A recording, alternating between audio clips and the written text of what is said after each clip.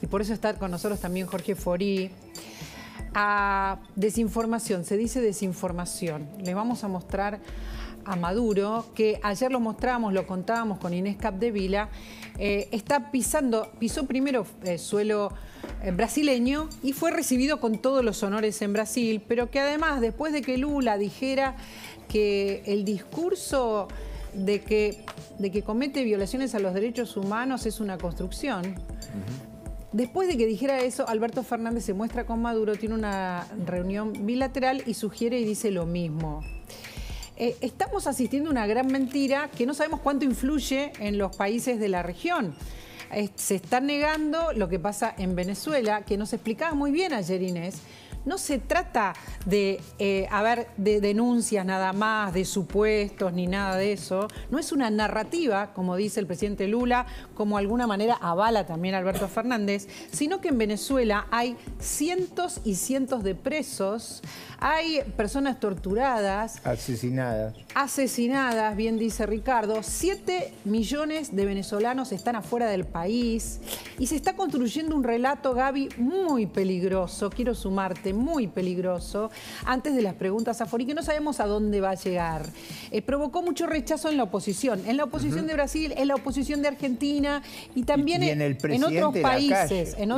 Y también en otros países, porque ayer el intento de Lula da Silva era rearmar el UNASUR, rearmar todo un organigrama del sur de América Latina, y hay países que llamaron la atención. La calle Pou, decía Ricardo López Murphy, es uno de los que se opuso, que era más esperable, y sobre todo Gabriel Boric en Chile, que viene de una ideología mucho más de izquierda, pero que viene planteando diferencias con la izquierda latinoamericana, en materias como Nicaragua, como Cuba y como Venezuela, está marcando diferencias diciendo no podemos decir que es todo lo mismo.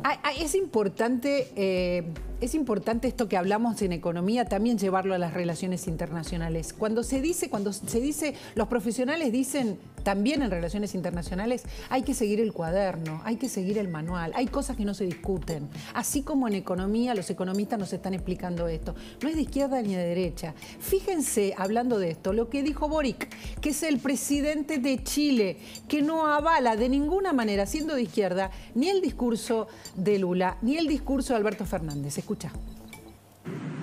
Es necesario hacerse cargo de que para muchos de nosotros es la primera oportunidad que tenemos de compartir en un mismo espacio multilateral con el presidente de Venezuela, Nicolás Maduro.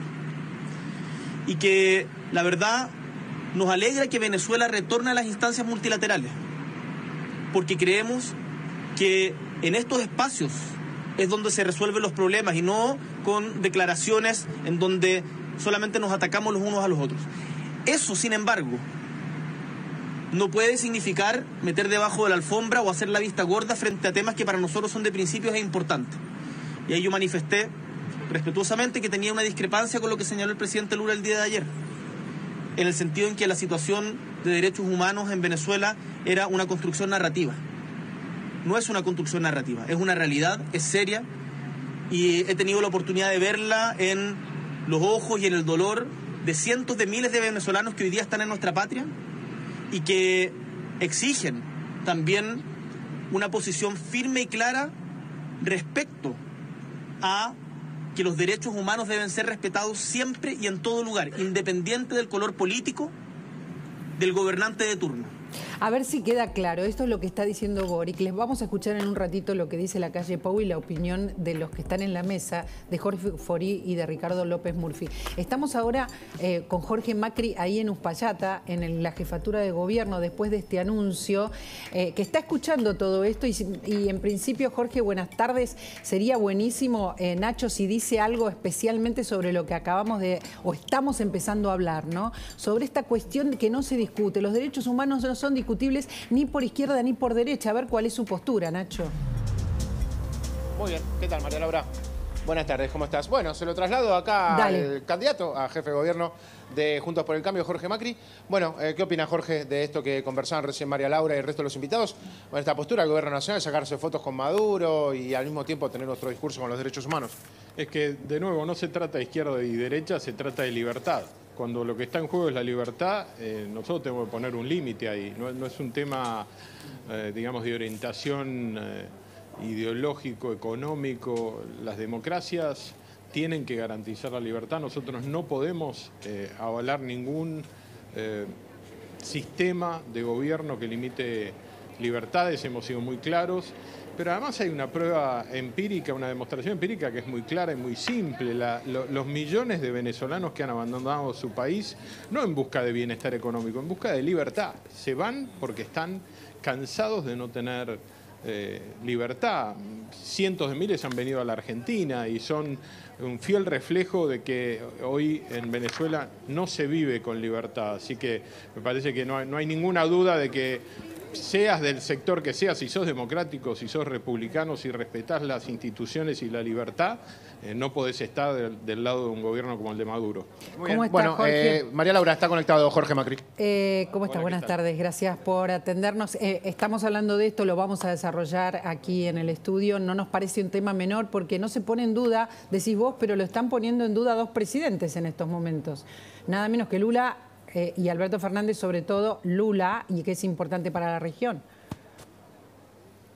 Está bien, pero nosotros no podemos hacernos cargo del error que ellos cometen y tenemos que levantar la voz y ser claros en este sentido. Ahí en la mesa, por lo que entendí, están Jorge Foría y está Ricardo López Murphy. Los dos saben de esto todavía mucho más que yo y están más formados en los aspectos internacionales, pero yo tengo muy en claro algo. Cuando se restringen las libertades individuales, cuando el Estado no permite al individuo moverse en libertad, desarrollarse, emprender, cuando se afectan derechos humanos, ahí hay un límite absoluto donde ningún país debe avalar ni puede mirar para el costado frente a esa realidad. Yo lamento que nuestro país lo haga. Sí, claro. Lo lamentamos. Insisto con esto de que es poco profesional. Ya no estamos hablando ni siquiera de ideologías, ¿no? Es poco profesional. Vamos al punto. A ver, Larreta anunció bajas de impuestos. Entiendo que estás de acuerdo, Jorge, o no, con este anuncio. Sí, por supuesto. Por supuesto, estoy de acuerdo, lo avalo, lo estuvimos trabajando, lo conozco. Es una segunda etapa de bajas de impuestos que no tiene que además ser la última. Hoy es una baja sustancial. La Ciudad de Buenos Aires acaba de bajar ingresos brutos a distintas actividades por un equivalente a más de 40.000 millones de pesos.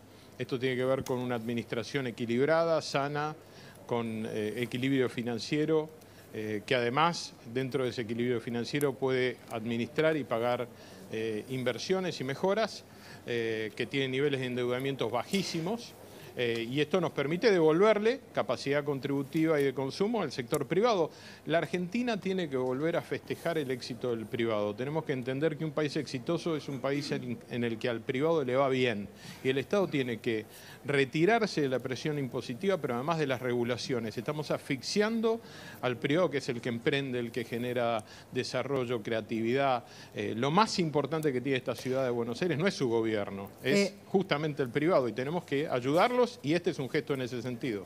Jorge, todo el mundo está hablando por estas horas de los alquileres, de los aumentos de los alquileres, de la necesidad de la gente de alquilar y las dificultades que hay sobre los alquileres. El aumento que se viene es altísimo, lo que han aumentado es muchísimo. ¿Cuál es la propuesta si sos jefe de gobierno? Entiendo que ya estás mirando esta cuestión. Pero es que, y esto lo puede explicar hasta Ricardo mejor que yo porque es economista, pero el problema grave que tenemos en la Argentina es la inflación, que impacta en todos los frentes, lo sufrimos en todos lados, además con una mala ley de alquileres que han retirado muchos metros cuadrados de la oferta, ¿no? Porque muchos propietarios deciden no alquilar porque tienen miedo a que le entre un inquilino que después no lo puede sacar, o que el valor por el que alquilan no sabe cuál va a ser en el futuro porque con esta inflación no sabe si vale la pena. El problema además se agrava. ¿Y qué puede ofrecer una ciudad? Un país serio. Bueno, la ciudad lo que ya está haciendo es dar créditos muy blandos para el ingreso a una vivienda, 4 meses o 5 meses de lo que te cuesta ingresar, el depósito, la comisión, también garantía para que puedas afrontar la posibilidad de tener una garantía acorde, y pequeños créditos de mejora a los propietarios que hoy tienen inmuebles que por ahí están fuera de mercado porque necesitan alguna mejora.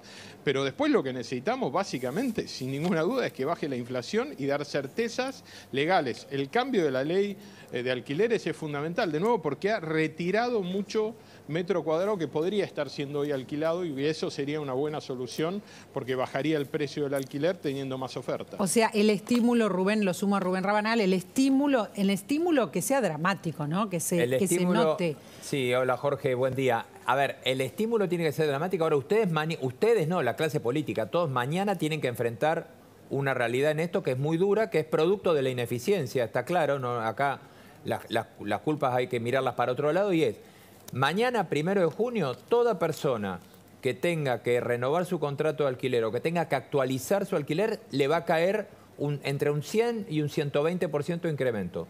Es decir, que a los departamentos incluso que están alquilados, lo que les cae es una tormenta encima, porque la gente va a tener que pagar exactamente el doble de lo que pagaba el día anterior. Y acá no hay crédito que lo solucione. Exactamente, pero Rubén, y esto lo entendés bien, este es el problema, No, claro. la madre de ese problema, el padre de ese problema, es la inflación. Es la actualización, y claro. Como modelo distinto, lo que tenemos es un gobierno acá que se administra sin déficit. Entonces, si el país no vuelve a la senda de tener déficit limitados o cero, y entonces volver a tener una inflación razonable, nada de esto se va a arreglar. No hay medidas mágicas que puedan alterar una realidad que se impone, que lo que estamos viendo ahí es lo mismo que vemos con los alimentos. Si ustedes agarran la evolución del precio de la hierba o de la carne, en muchos casos hay alimentos que han aumentado más que los alquileres. O sea, la inflación golpea en todos los segmentos y la clase media es hoy quien más lo está sufriendo, porque miren los valores de alquileres. Esto nunca pasó. Dos miembros de una familia con empleos formales medios de la ciudad de Buenos Aires, si alquilan lo que les sobra, los deja bajo la línea de pobreza. Estoy hablando de empleos medios y formales en la ciudad de Buenos Aires. Han destrozado, el kirchnerismo ha destrozado a la clase media, que es el motor de la economía de la Argentina. Bueno, antes de despedirnos, porque Jorge Macri tiene muchas cosas que hacer, pero bueno, no tuvimos contacto después de que fue, digamos, ya decididamente el candidato a jefe de gobierno del PRO, y quería saber cómo podría sintetizar la próxima jefatura si es que quedás a cargo. ¿Es la continuidad del gobierno de Larreta? ¿Vas a continuar con los proyectos de, que primero llevó adelante Mauricio Macri y después Horacio Rodríguez Larreta? ¿O hay algo distintivo que no puedes dejar de decir o que es tu primera decisión, no? No, a ver, sin ninguna duda el primer objetivo es cuidar todo lo que está bien y seguir trabajando al margen de lo que el vecino va reclamando. Hay un montón de cosas que funcionan bien en la ciudad, pero también hay reclamos diarios de los vecinos. Yo tengo experiencia en gestionar y uno tiene que prepararse no para vivir de los éxitos del pasado, sino desafiarse con los nuevos reclamos, el nuevo contexto, las nuevas realidades, el orden público, diría yo, la limpieza, la seguridad en general son reclamos claros, tránsito y transporte son algunos de los ejes. Obviamente voy a ir planteando propuestas a lo largo de la campaña, pero hay una muy clara que yo ya planteé, que es nosotros necesitamos ir a un sistema de patrullaje en moto. El sistema de cantidad de policías hoy de a pie en la ciudad o el patrullaje en auto en una ciudad con tanto tránsito, con tanto tráfico, ha dejado de ser eficiente. Entonces necesitamos ir capacitando cada vez más policías e incorporar cada vez más tecnología, por ejemplo, armas no letales. No solo las taser, que las necesitamos en más cantidad para que las tenga mucho personal en la calle, sino que hay otras armas no letales, reconocimiento facial, los puntos seguros que tenemos en Vicente López, y después mejoras cualitativas constantes en el sistema de educación, de salud de la ciudad. Pero ese es el desafío que no solo tengo yo, va a tener cualquier jefe de gobierno, que tendría el propio Horacio si siguiera siendo jefe de gobierno, que es superarte a vos mismo. Mi desafío es cuidar todo lo que está bien y superar lo que hemos hecho. Jorge, muchas gracias. Muchísimas gracias. Gracias. Acá lo esperamos en el programa. ¿Cómo no? Muchísimas gracias, Nachito. Resulta que hay muchos temas que dejó picando Jorge Macri y nosotros vamos a hablar